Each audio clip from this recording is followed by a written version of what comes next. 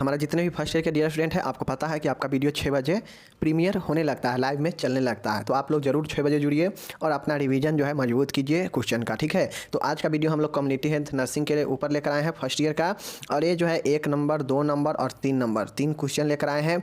और इस तीनों में से हमको लगता है कि एक क्वेश्चन लॉन्ग में 10 नंबर में आपके एग्जाम में आने वाला है। तो इस वीडियो को आप लोग जरूर देखें। यहाँ से एक क्वेश्चन हमको विश्वास है कि 10 नंबर में आपके कम्युनिटी हेल्थ नर्सिंग में आएंगे, समझ गए ना। चाहे वो क्वेश्चन आपका कम्युनिटी हेल्थ नर्सिंग के विभिन्न क्वेश्चनों के ऊपर हो, या फिर स्वास्थ्य कम्युनिटी हेल्थ स्वास्थ्य स्कूली स्वास्थ्य के ऊपर हो, या फिर जो है आपका क्या बोलते हैं उसको, परिवार नियोजन के विभिन्न विधियों के ऊपर हो, समझ गए ना। तो ये तीनों क्वेश्चन अपने आप में बहुत महत्वपूर्ण है। चलिए देखते हैं। पहला क्वेश्चन है कि सामुदायिक स्वास्थ्य को नर्सिंग को परिभाषित कीजिए। हम आप लोग को पहले ही बता चुके हैं कि नर्सिंग एक सेवा है। नर्सिंग क्या है? नर्सिंग एक सर्विस है, एक सेवा है, जिसके अंतर्गत जो है व्यक्ति को या रोगी को जो है विभिन्न तरीके का देखभाल प्रदान किया जाता है नर्स के द्वारा। वही जो है नर्सिंग हो जाता है, समझ गए ना। अब ये जो नर्सिंग होता है यह एक प्रक्रिया के द्वारा जुड़ता है। इसमें जो है जो नर्स होती है वो अपना लक्ष्य किसी पेशेंट को देख रेख करने के लिए लगाती है, लक्ष्य निर्धारित करती है। तो वो लक्ष्य एक प्रक्रिया के द्वारा गुजरता है, जिसमें 5 प्रक्रिया होता है। तो वो नर्सिंग प्रक्रिया होता है। लेकिन अगर सीधा नर्सिंग पूछेगा तो समझ जाइएगा कि नर्सिंग एक ऐसा जो है सेवा है जिसमें मरीजों का उसके स्वास्थ्य से संबंधित देखभाल, उसके स्वास्थ्य को उन्नत बताने, उसके स्वास्थ्य को बेहतर बनाने के लिए और पुनर्वास के लिए जो है काम किया जाता है, देखभाल किया जाता है नर्स के द्वारा। वही जो है नर्सिंग होता है, समझ गए। चलिए, तो ये तो हो गया। अब चूंकि यहाँ पे सामुदायिक है यानी कम्युनिटी है, तो ये जो नर्सिंग प्रक्रिया होगा, ये जो नर्सिंग देखभाल जो होगा, ये नर्सिंग देखभाल कम्युनिटी के लोगों के लिए होगा, समुदाय के लोगों के लिए होगा। इसलिए इसका नाम कम्युनिटी हेल्थ है, समझ गए ना। सामुदायिक स्वास्थ्य मतलब समुदाय के लोगों के स्वास्थ्य के प्रति जो देखभाल, जो सेवा दिया जाएगा वह कम्युनिटी हेल्थ नर्स के द्वारा ही दिया जाएगा। एक नॉर्मल नर्स भी जो है कम्युनिटी में जब उसको पोस्टिंग लगता है तो वह कम्युनिटी हेल्थ नर्सिंग कही जाती है, समझ गए ना। चलिए, यहाँ पे देख लीजिए कम्युनिटी हेल्थ नर्सिंग का क्या डिफिनीशन है, देख लीजिए। वर्जीनिया हेडरसन के अनुसार नर्सिंग का उद्देश्य मुख्य रूप से रोगी अथवा अस्वस्थ लोगों की सहायता करना। वही चीज़ें हैं कि नर्सिंग का मुख्य उद्देश्य ये होता है कि रोगी और जो भी अस्वस्थ लोग हैं उसको सहायता प्रदान करना, उसको देखभाल करना, उसके जो गिरी हुई इच्छा है उसको जो है उठाना, स्वास्थ्य का पुनरुत्थान करना, पुनर्वास करना, मतलब एक अच्छे स्वास्थ्य की तरफ ले चलना, इन सब में सहायता करना, व्यक्तियों को देखभाल करना ही नर्सिंग कहलाता है, समझ गए ना।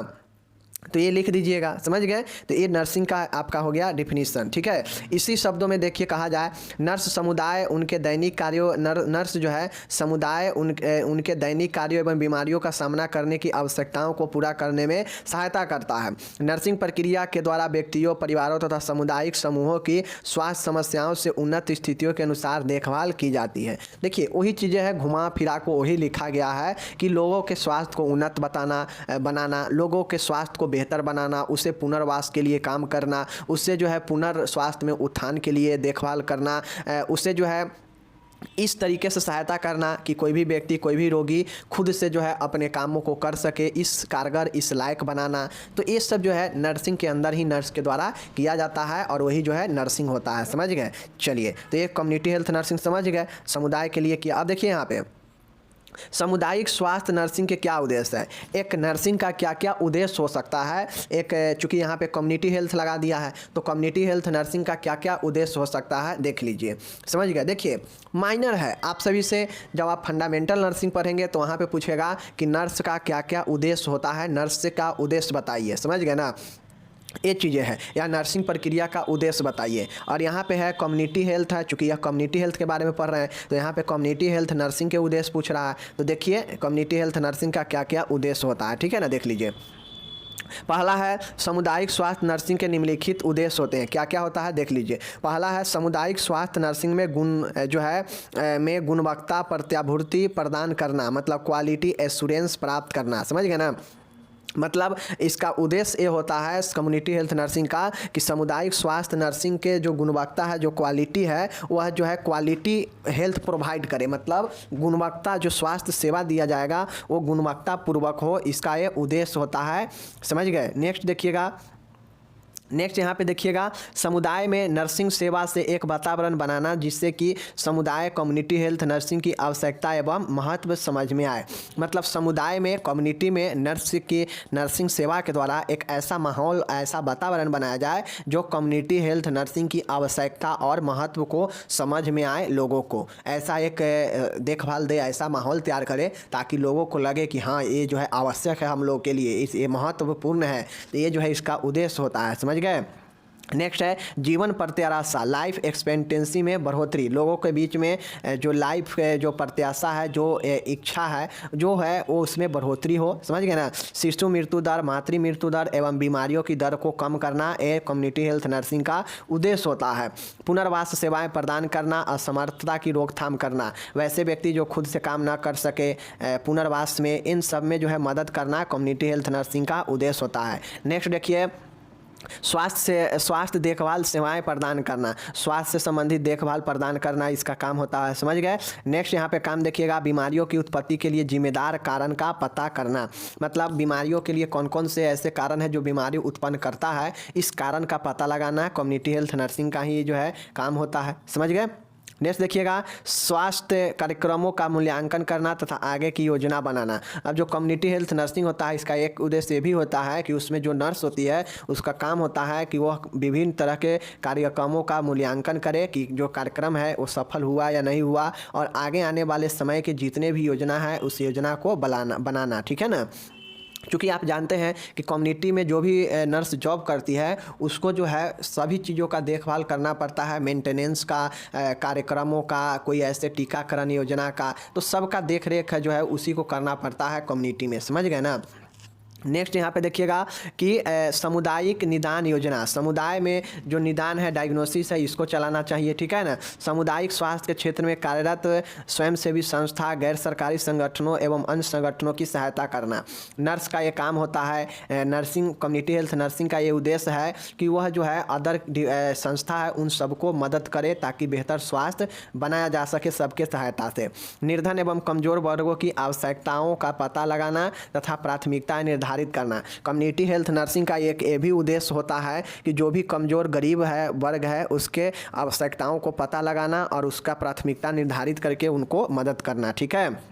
उसके बाद है स्वास्थ्य के विभिन्न स्तरों पर रेफरल सेवाएं प्रदान करना। अगर कम्युनिटी में किसी को अगर नहीं उपचार हो पा रहा है तो उसे जो है आगे की तरफ रेफरल करना ये काम होता है कम्युनिटी हेल्थ नर्सिंग का ये उद्देश्य है।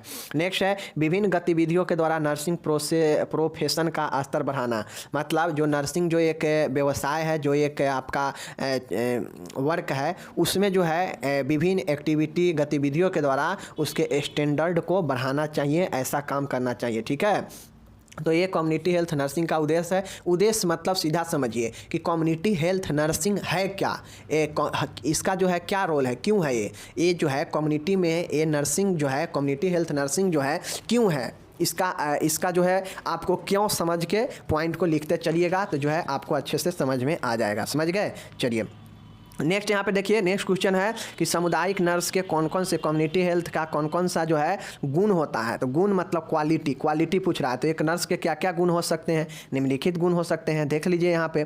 पहला है ईमानदारी और निष्ठावान होना चाहिए, अनुशासन और आज्ञा पालन होना चाहिए, धैर्यशील होना चाहिए, सतर्कता और बुद्धिमत्तापूर्ण परीक्षण, मतलब जो है अच्छे बुद्धि का और सतर्क होना चाहिए, तकनीकी योग्यता टेक्निकल क्वालिफिकेशन होना चाहिए, विश्वसनीय और समन्वयशीलता होना चाहिए। मतलब जो है आप पर सब विश्वास कर सके, आप सबके साथ कोऑर्डिनेट कर सके, तो ऐसा होना चाहिए। विश्वास प्रेरित करने की योग्यता होना चाहिए, मतलब किसी रोगी के अंदर विश्वास जो है जगाने की आपके अंदर कैपेबिलिटी होनी चाहिए, ठीक है ना। नेक्स्ट यहाँ पे देखिएगा कि अपने साथियों के साथ प्रेम का भावना दिखाना चाहिए, ऐसा होना चाहिए कम्युनिटी नर्स। नेक्स्ट है युक्तिपूर्णता, समय सामग्री एवं ऊर्जा की मित व्ययिता। मतलब जो भी युक्ति, जो भी आपके सामान है, जो भी ऐसे ऊर्जा है, उसको जो है आपको समय के साथ जो है उपयोग करने आना चाहिए और उसे बचाना चाहिए, ठीक है ना। शालीनता और गरिमा होना चाहिए, जो भी नर्स है कम्युनिटी के उसको जो है शालीन और गरिमामय होना चाहिए। उनके अंदर सहानुभूति, संवेदना और कुशल व्यवहार और संतुलित जो है उसको होना चाहिए एक नर्स को। बुद्धिमत्ता एवं व्यवहारिक ज्ञान होना चाहिए, ठीक है ना। और नेक्स्ट यहाँ पे देखिएगा धैर्यवान और विनोद प्रिय होना चाहिए, अच्छा मानसिक और अच्छा स्वास्थ्य होना चाहिए और उदारता दिल का होना चाहिए, ठीक है ना। तो ये कम्युनिटी हेल्थ नर्स का जो है गुण है, या फिर जो है ये सीधा नर्स का भी गुण जो है यही होता है, समझ गए ना। चाहे आपसे नर्स का गुण पूछे या कम्युनिटी नर्स के गुण पूछे, ये वाला लिख दीजिएगा पॉइंट में, समझ गए। चलिए, और 15 नंबर है सौजन्यता एवं शांति प्रियता होना चाहिए उसको, समझ गए। चलिए, अब नेक्स्ट यहाँ पे हम लोग देखने वाले हैं कि सामुदायिक स्वास्थ्य नर्सिंग के सिद्धांतों का वर्णन करें। आप सभी से क्वेश्चन क्या पूछेगा, कभी पूछेगा कि सामुदायिक स्वास्थ्य नर्सिंग होता क्या है, इसके सिद्धांत लिखे और इसके कार्यों को लिखे। कभी इतना पूछेगा 10 नंबर में। कभी क्वेश्चन पूछेगा कि सामुदायिक स्वास्थ्य नर्सिंग का उद्देश्य लिखे, सामुदायिक स्वास्थ्य नर्स के गुण को लिखे और इसके जो है सिद्धांत को लिखे। मतलब क्वेश्चन इधर से उधर फेर फेर करके जोड़ जोड़ के पूछता है, तो मैं सभी को पढ़ा देता हूं ताकि आप आराम से एग्जाम में लिख सके, ठीक है। चलिए, अब हम लोग देख चुके हैं गुण, देख चुके हैं हम लोग इसके उद्देश्य देख चुके हैं। अब हम लोग यहाँ पे देखने वाले हैं इसके सिद्धांत, प्रिंसिपल को। और आप लोग को ध्यान में रखना चाहिए, किसी भी चीज़ का अगर प्रिंसिपल पूछे, प्रिंसिपल मतलब उसमें का मेन बातें, क्या क्या मुख्य बातें हैं जो ध्यान में रखकर काम को किया जा सकता है। प्रिंसिपल क्या कहता है कि चीज़ों को ध्यान में रख के प्रिंसिपल एक सीमा तैयार करता है, एक क्राइटेरिया तैयार करता है, जो व्यक्ति उसके अनुसार काम को करता है। प्रिंसिपल सिद्धांत यही ना होता है। ठीक उसी प्रकार से कम्युनिटी हेल्थ नर्सिंग के लिए क्या क्या प्रिंसिपल, क्या क्या एक क्राइटेरिया हो सकता है जिसके थ्रू उसको ध्यान में नर्स रख के और अपने कम्युनिटी के लोगों को हेल्थ प्रोवाइड कराएगी, तो यही तो उसका जो है सिद्धांत हो जाएगा। चलिए, सिद्धांत एक अच्छा चीज़ों को भी दिखाता है, समझ गए, और संतुलित चीज़ों को दिखाता है। तो चलिए, कम्युनिटी हेल्थ नर्सिंग के प्रिंसिपल को लिखते हैं।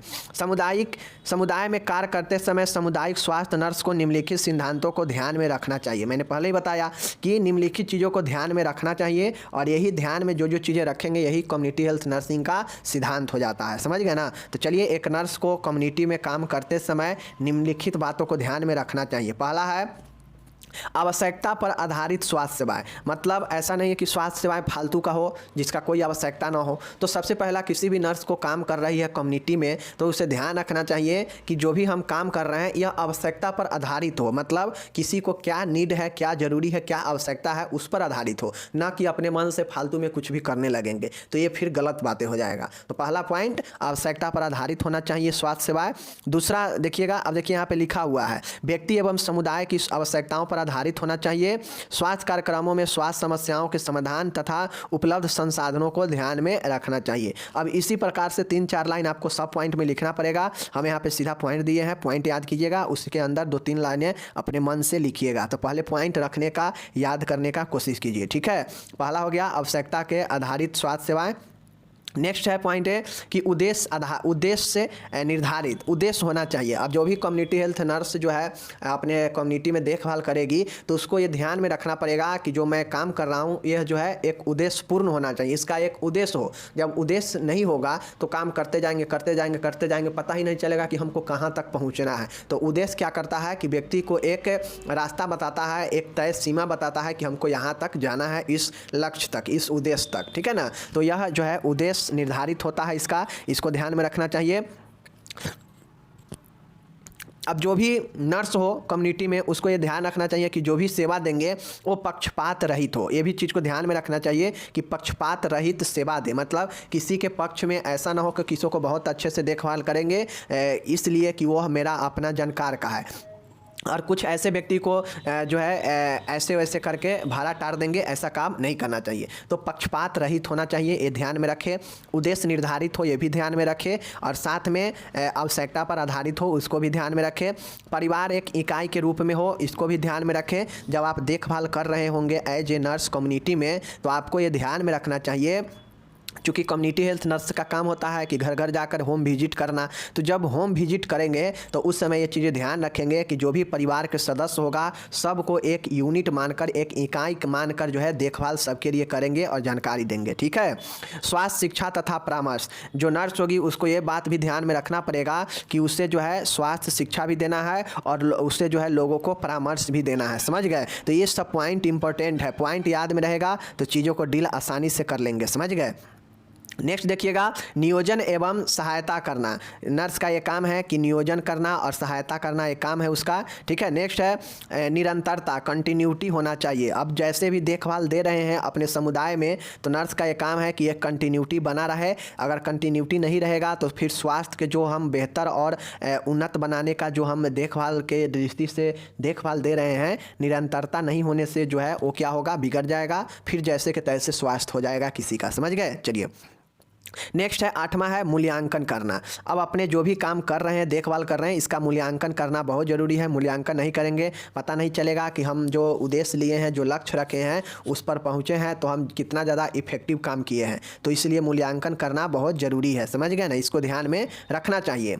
उपहार स्वीकार नहीं करना चाहिए। अब जो भी नर्स है उसको ये भी ध्यान में रखना चाहिए कि जो हम देखभाल कर रहे हैं तो ऐसा नहीं होना चाहिए कि हम किसी से गिफ्ट ले लें, उपहार ले लें और उसके रोगी को अच्छे से देखभाल करें। उपहार स्वीकार नहीं करना चाहिए। समझ गए? सब सिद्धांत है।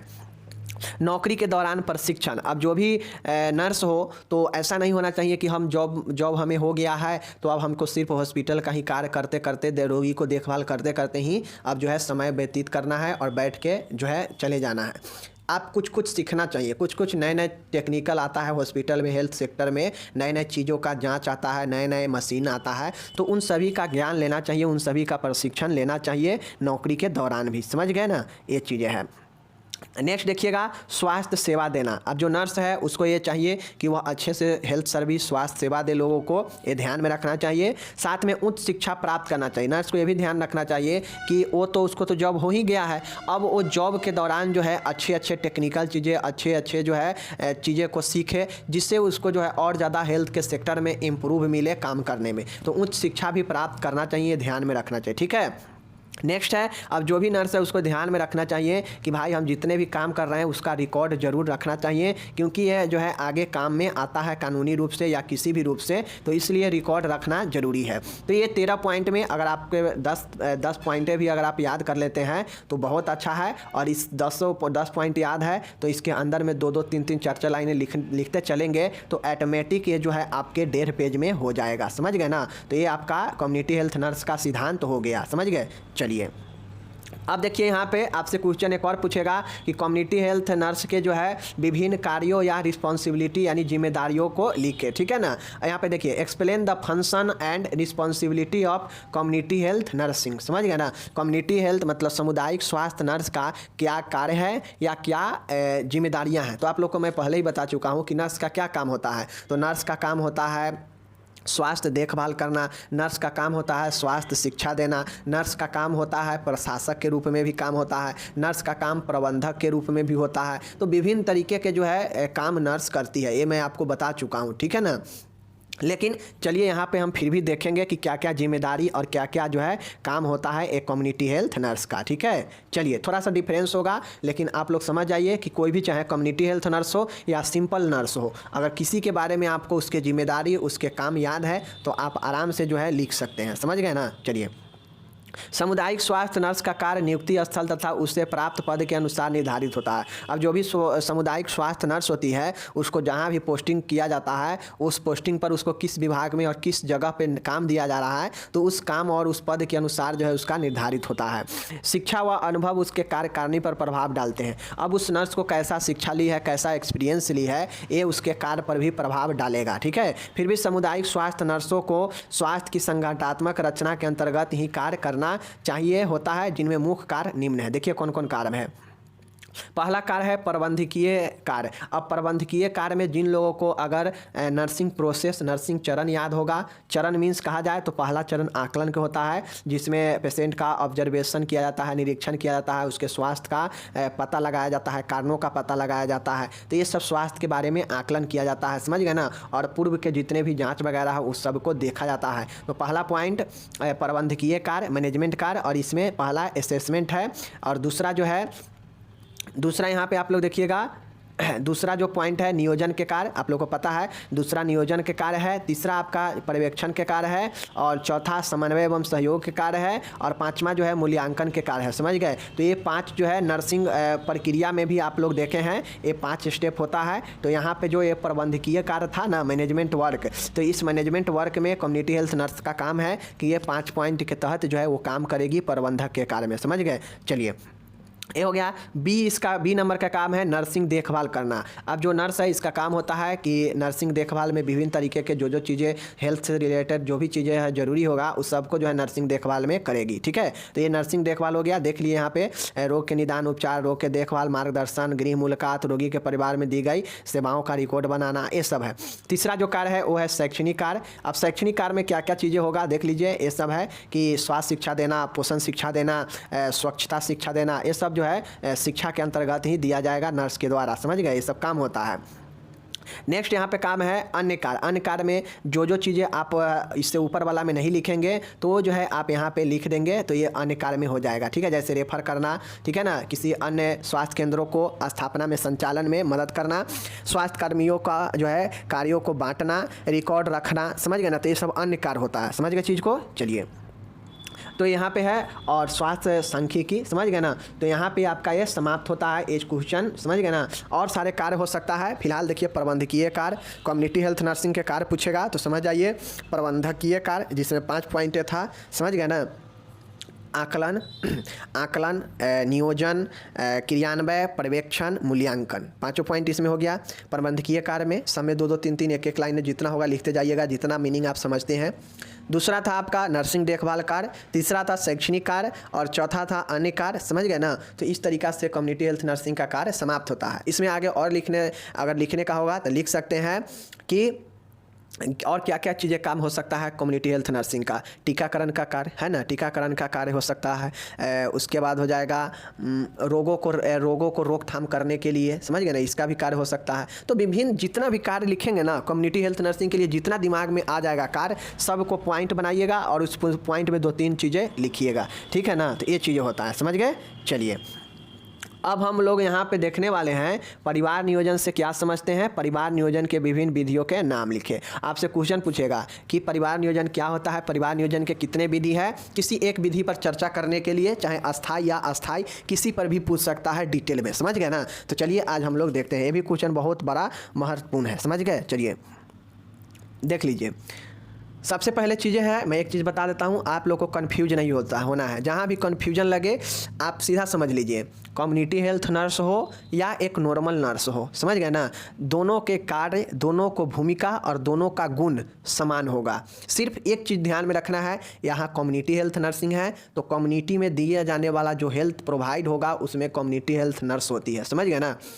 और जो नर्स होती है वो नर्स जो है हॉस्पिटल में भी हो सकती है, वो नर्स जो है गांव में भी हो सकती है, कम्युनिटी में भी हो सकती है, बड़े बड़े हॉस्पिटल में भी हो सकती है। तो वो एक नॉर्मल नर्स कहीं भी हो सकती है। लेकिन कम्युनिटी हेल्थ नर्सिंग का मतलब है कि कम्युनिटी में पाए जाने वाला जो नर्स है वो कम्युनिटी हेल्थ नर्स होती है। समझ गए ना? जो कम्युनिटी समुदाय के लोगों को देखभाल प्रदान करती है। तो लेकिन बाद बाकी क्वेश्चन पूछेगा, चाहे उसका कार्य या भूमिका या उसका गुण कुछ भी पूछे, दोनों का समान होता है। तो आप फंडामेंटल में जो चीज़ नर्स के बारे में पढ़े हैं, नर्सिंग प्रक्रिया के, वो चीज़ें यहाँ भी है नर्स के, कम्युनिटी हेल्थ नर्स के बारे में। समझ गए ना? चलिए बाकी यहाँ पे हम देखते हैं परिवार नियोजन क्या होता है। गर्भ निरोधक साधन को उपयोग में लाकर अनचाही गर्भावस्था से बचना ही परिवार नियोजन कहलाता है। परिवार नियोजन का अर्थ है अनचाहे गर्भ से मुक्ति पाना ही। परिवार नियोजन की विधियाँ जो है निम्नलिखित 2 विधि होता है। देखिए परिवार नियोजन क्या होता है, तो जिसको अगर गर्भ से अगर बचना हो तो बहुत लोग ये सोचता है कि 1-2 बच्चा हो जाता है तो सोचता है कि हम परमानेंटली जो है अब बच्चा नहीं करना है तो परमानेंटली विधि अपनाएगी।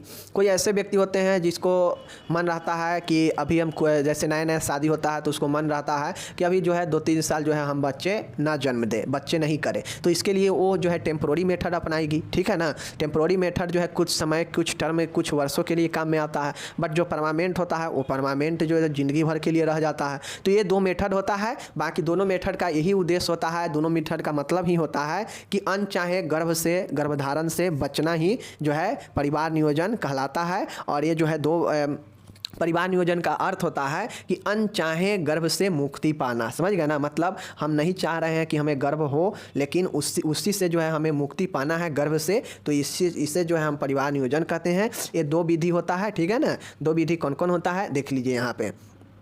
पहला मेथड है, एक है टेम्पोररी मेथड और दूसरा है परमानेंट मेथड, अस्थाई और अस्थाई, समझ गए। अब आप सभी से क्वेश्चन पूछ देगा कि अस्थाई या अस्थाई किसी पर विस्तृत से चर्चा करें। तो चलिए हम लोग अस्थाई वाला को देखते हैं, अस्थाई वाला पर चर्चा करते हैं और फिर जो है अस्थाई पर चलेंगे। पहला है अस्थाई। अस्थाई विधियाँ ए परिवार नियोजन की अस्थाई तथा समान विधियाँ हैं जिनका उपयोग अवांछित गर्भ की रोकथाम एवं शिशु जन्म में अंतराल देने के लिए किया जाता है। इनमें निम्न विधियाँ सम्मिलित की जाती है। देखिए, अस्थाई जो विधियाँ होता है ना, वह जो है जैसे किसी को एक बच्चा हुआ, अब वो व्यक्ति चाहेगा, वो कपल चाहेगा कि नहीं अब एक बच्चा हो गया तो कुछ वर्ष अंतराल लिया जाए, 2 वर्ष 3 वर्ष 4 वर्ष अंतराल लिया जाए। तो इस अंतराल पीरियड को जो है क्या करेगा कि रोकेगा गर्भ से, तो वो जो है टेम्पोररी मेथड अपनाएगा। उसके लिए विभिन्न प्रकार के ओरल पील आता है, समझ गए ना, दवाइयाँ आता है। उसके लिए जो है अवरोधक बैरियर आता है जिसमें फीमेल कंडोम, मेल कंडोम, ठीक है ना, या वेजाइनल क्रीम वगैरह तमाम तरीके के टेम्पोररी मेथड होता है, समझ गए ना। या प्राकृतिक रूप से भी रोक सकते हैं, जैसे सेक्सुअल रिलेशन में रिदम जो है, कंटिन्यूटी जो है उसको जो है लंबे लंबे समय पर जो है सेक्सुअल रिलेशन करने से, या जो है विभिन्न तरीक़ा की चीज़ें हैं हो सकता है। तो चलिए इसी को अस्थाई मेथड को हम लोग देखते हैं, समझ गए ना।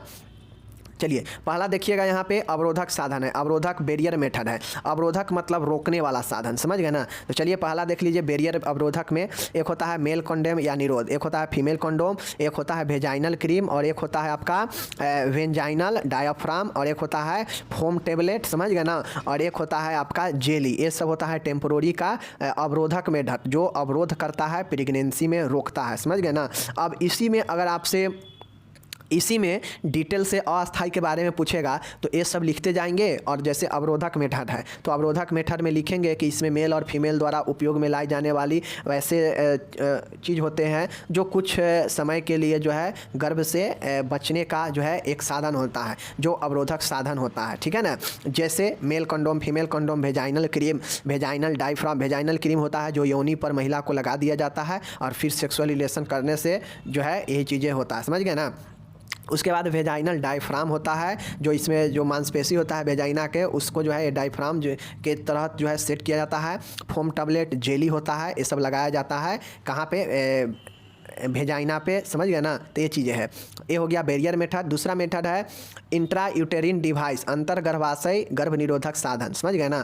अंतर गर्भाशय गर्भ निरोधक साधन मतलब यह जो है जो यूट्रस होता है, जो गर्भाशय है, उसके अंदर ये जो गर्भ निरोधक है ये लगाया जाता है। एक प्रकार का ये इक्विपमेंट होता है, डिवाइस होता है, इसीलिए इसे इंट्रा यूटेरिन डिवाइस कहा जाता है। गर्भ निरोधक अंतर गर्भाशय गर्भ निरोधक साधन जो होता है आपका, जो आपके इस शेप में होता है, समझ गए ना, इस शेप में होता है और यह जो है यूट्रस के अंदर शिफ्ट किया जाता है, समझ गए। चलिए देख लीजिए, पहला है साधारण आईयूडी इंट्रा यूटेरिन डिवाइस, पहला है साधारण या औषधि विहीन, समझ गए, और दूसरा हार्मोनल होता है, ठीक है ना। तो यहाँ पे देखिए साधारण या औषधि विहीन जो आईयूडी होता है, यहाँ पे देख लीजिए, पहला है कॉपर T2000, समझ गए ना, T200 कॉपर T380, समझ गए ना। उसके बाद है मल्टीलोड 250 और मल्टीलोड 375। ये जो होता है यह बिना औषधि के जो है इंट्रा यूटेरिन डिवाइस है, समझ गए ना। जैसे copper T200, copper T380, Multiload 250 और मल्टीलोड 375, ये सब है टेम्पोररी मेथड। लेकिन टेम्पोररी में भी ये कौन सा है, आईयूडी मेथड है, आईयूडी मेथड है, और जो आईयूडी का औषधि विहीन या साधारण आईयूडी है, समझ गए। कुछ आईयूडी होते हैं जो हार्मोन युक्त होता है, जिसमें हार्मोनल चीज़ें जो है उसमें इम्प्लीमेंट होता है। जैसे एक होता है प्रोजी एस्ट्रेस्ट और एक होता है एलएनजी आईयूडी, समझ गए ना। एलएनजी आईयूडी होता है और एक होता है प्रोग्रे एस्टरेट, समझ गए ना, प्रोजी एस्टरसल्ट, समझ गए ना, प्रोजी एस्टरसल्ट। तो ये जो है आप इसको याद रखिएगा, दोनों को हार्मोन युक्त और बिना हार्मोन युक्त, समझ गए। तो ये आईयूडी यहाँ पे समाप्त हो गया। दूसरा विधि, तीसरा विधि है हार्मोनल विधियाँ है। हार्मोनल विधियाँ जो होता है उसमें विभिन्न प्रकार के हार्मोनल दवाइयाँ होता है, जैसे कॉम्बाइंड या ओरल कंट्रासेप्टिव होता है, समझ गए। उसके बाद प्रोजेस्टेरोन पिल्स होता है, इमरजेंसी कंट्रासेप्शन पिल्स होता है, ठीक है ना। तो ये जो देख लीजिए हार्मोनल विधियाँ। तो अभी तक हम लोग कौन कौन विधियाँ देखे हैं टेम्पोररी मेथड में। टेम्पोररी में पहला देखे हैं बैरियर मेथड, समझ गए ना, अवरोधक साधन। दूसरा आईयूडी साधन, आईयूडी मेथड। तीसरा हम लोग देख रहे हैं हार्मोनल मेथड। हार्मोनल में ओरल कंट्रासेप्टिव पिल, प्रोजेस्टेरोन पिल्स, इमरजेंसी कंट्रासेप्शन पिल, ठीक है ना। अब हम लोग यहाँ पे चौथा जो देखते हैं, चौथा है प्राकृतिक विधि है, और ये भी टेम्पोररी मेथड ही है, समझ गए ना, अस्थायी गर्भाधारण का ही विधि है। जैसे प्राकृतिक विधियाँ, नेचुरल मेथड, ये नेचुरल मेथड होता है। अब जो है टेम्पोररी रूप से आप कैसे जो है नेचुरल तरीके से गर्भ को रोक सकते हैं। रिदिम, लय जो होता है, सेक्सुअल लय जो है बरकरार। अब लय में जैसे आज हुआ, फिर कल हुआ, फिर परसों हुआ, तो इस लय को जो है लंबे लंबे समयों पर सेक्सुअल रिलेशन जो बनाया जाता है, यही लय में जो है चेंजेज किया जाता है, इससे जो है गर्भ से बचा जाता है, ठीक है। उसके बाद है क्वाइटस इंटरप्ट्स है, समझ गए ना, क्वाइटस इंटरप्ट्स है। और चौथा जो है तीसरा ब्रेस्ट फीडिंग है, जिसमें एक स्तनपान कराया जाता है, और ये जो है इससे बचा जाता है गर्भधारण से, ठीक है ना। तो ये प्राकृतिक रूप से हो गया, ओके। तो ये 4 मेथड अस्थायी का होता है, और सब में जो है आप इस तरीक़ा से लिखेंगे तो आपको अस्थायी का डिटेल से हो गया, समझ गए। चलिए अब नेक्स्ट यहाँ पे देखते हैं गर्भ निरोधक की अस्थायी विधि। अगर अस्थायी के बारे में नहीं पूछ के अस्थायी के बारे में पूछ दे तो अस्थायी तो और आसान है। चलिए देखते हैं। यह गर्भ निरोधक की अस्थायी विधियाँ है, इन्हें स्टेरिलाइजेशन मेथड भी कहा जाता है। जिस प्रकार से आपको पता होगा कि स्टेरिलाइजेशन जो होता है कीटाणुनाशन, यह क्या करता है, बीज संक्रमित का ही एक जो है कीटाणुनाशन, ये जो होता है स्टेरिलाइजेशन, यह पूर्ण तरीके से कीटाणु को नष्ट कर देता है, यही न है। तो उसी प्रकार से गर्भ निरोधक को जो है ये अस्थायी विधि जो है इसे स्टेरिलाइजेशन इसीलिए कहा जाता है क्योंकि यह पूर्ण तरीका से जो है क्या करता है, गर्भ को नहीं ठहरने देता है, समझ गए ना। यह पुरुष एवं स्त्री दोनों के लिए ही होता है, ठीक है। चलिए पहला है नसबंदी वेस्कोटोमी, जो कि पुरुषों में हो जा है, समझ गए ना। और ये डिम्ब वाहिनी छेदन होता है, जिसमें ट्यूब जो फैलोपियन ट्यूब होता है उसमें जो है ये प्रोसेस सर्जिकल किया जाता है, और ये जो है महिलाओं में होता है। तो ये 2 मेथड होता है, दोनों मेथड के बारे में डिटेल से लिख दीजिएगा कि यह पुरुषों में होने वाला एक सर्जिकल मेथड है, जो कि अस्थायी विधियों का एक जो है प्रकार है, जो पुरुषों के द्वारा किया जाने वाला होता है। और यह जो होता है यह जो है स्त्रियों की तुलना में पुरुषों में ज़्यादा प्रचलित नहीं है वेस्कोटोमी, क्योंकि पुरुष बहुत कम ही होता है जो अपना नसबंदी कराता है, ज़्यादातर महिला ही अपना परिवार नियोजन कराती है। तो ये ट्यूबेक्टोमी महिलाओं में होता है, समझ गए। चलिए ये हो गया समाप्त। अब नेक्स्ट हम लोग यहाँ पे देखते हैं स्कूली स्वास्थ्य सेवाएं से क्या समझते हैं। आपसे क्वेश्चन पूछेगा कि स्कूली स्वास्थ्य सेवाएं से क्या समझते हैं, तो आप स्कूली स्वास्थ्य सेवाएं से क्या समझते हैं, तो आसान सी भाषा है कि स्कूली स्वास्थ्य सेवाएं का मतलब होता है कि स्कूल में दिया जाने वाला स्वास्थ्य सेवाएं जो स्कूली बच्चों के लिए उसके बेहतर मानसिक, शारीरिक और उसके बौद्धिक क्षमता को विकसित करने में मदद करने वाला जो देखभाल होता है वही स्कूली स्वास्थ्य सेवा होता है, समझ गए ना। ये हो गया, नॉर्मल है। चलिए अब यहाँ पे देखिए क्या क्या हुआ इसके अंदर।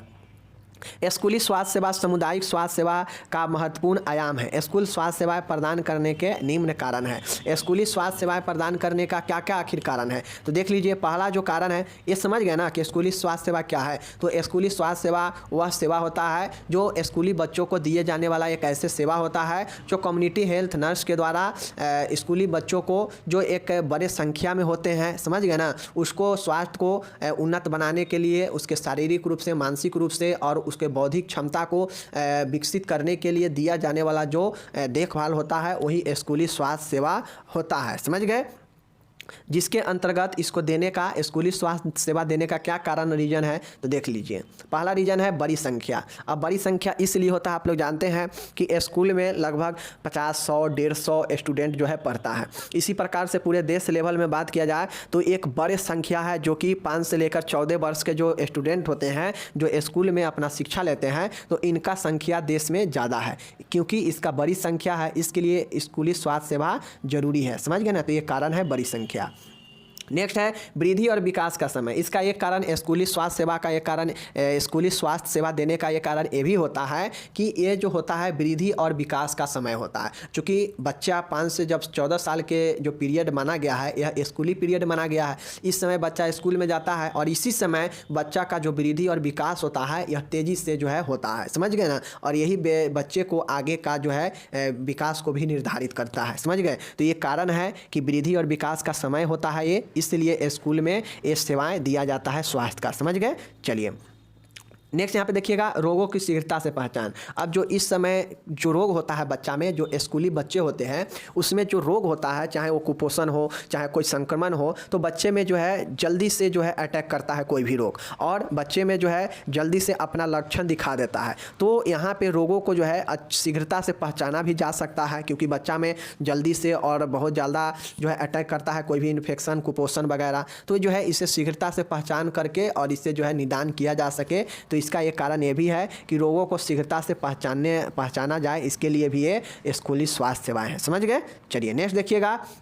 मैं सीधा बता रहा हूँ कि अगर आप लोग मेरे जो हम बता रहे हैं इसको 1-2 बार अगर आप नहीं देखेंगे, दिन में आपको 40 मिनट अगर आप समय नहीं दे रहे हैं तो समझिए कुछ नहीं दे रहे हैं, तो फिर तो आपको सोचना पड़ेगा कि कैसे अच्छा रिजल्ट आएगा। ठीक है, क्योंकि बिना पढ़ाई अगर आप पास भी हो जाएंगे और कंपटीशन आगे कर देगा तो फिर जो है क्वेश्चन आपके यही सब में से रहने वाला है कंपटीशन में भी, फिर वहाँ पर फंस जाएंगे।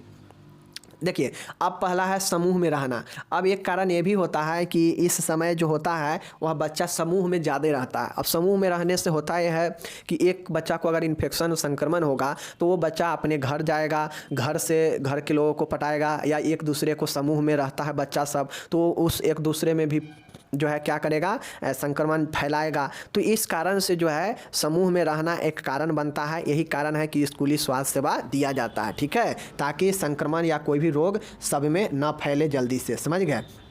नेक्स्ट है यहाँ पे देखिएगा नियंत्रण जनसंख्या, नियंत्रित जनसंख्या। स्कूली बालकों की जनसंख्या नियंत्रित है, उनका एक विशेष आयु समूह है, अतः इनका आसानी से निरीक्षण तथा मार्गदर्शन किया जा सकता है।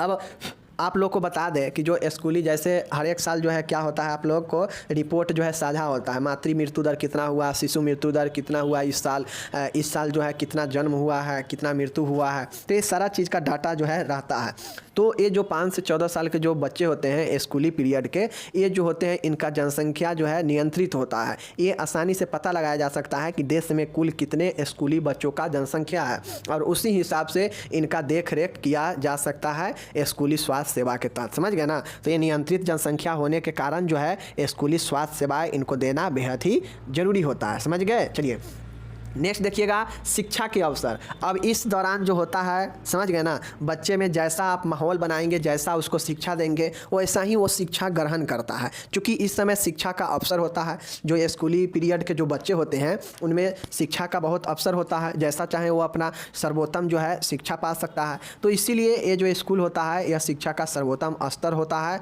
स्थल होता है, और यहाँ पर शिक्षा का अवसर होता है। ये जो है स्कूली, क्योंकि जो बच्चे स्कूल में सीखते हैं वैसा ही घर में जाकर अमल करते हैं, तो ये शिक्षा के अवसर होता है स्कूली स्वास्थ्य सेवा। समझ गए?